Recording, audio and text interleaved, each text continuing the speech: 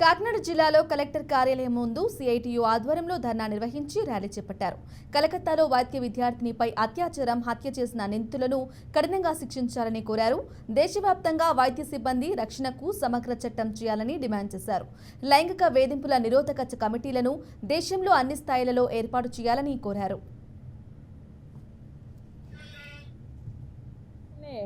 పశ్చిమ బెంగాల్లో టౌన్ పైగా అదేమి రూరల్ కూడా కాదు, అర్బన్లో ఒక హాస్పిటల్లో చాలా అత్యంత కిరాతకంగా అత్యాచారం చేసి చంపేశారు. కానీ ఇప్పుడు తెలుస్తున్నది ఏంటి, చంపేయడం కోసం అత్యాచారం చేశారు తప్ప అత్యాచారం కోసం కాదనేది. అంటే అక్కడ జరుగుతున్నటువంటి హాస్పిటల్లో జరుగుతున్నటువంటి అక్రమాలకి మొత్తం అన్నిటికీ కూడా ఈవేళ వాళ్ళకి ఆజ్యం పోస్తున్నది, వాళ్ళకి అండాదండగా నిలబడింది ఆ రాష్ట్ర ముఖ్యమంత్రి మమతా బెనర్జీ అనేది అర్థమవుతా ఉంది.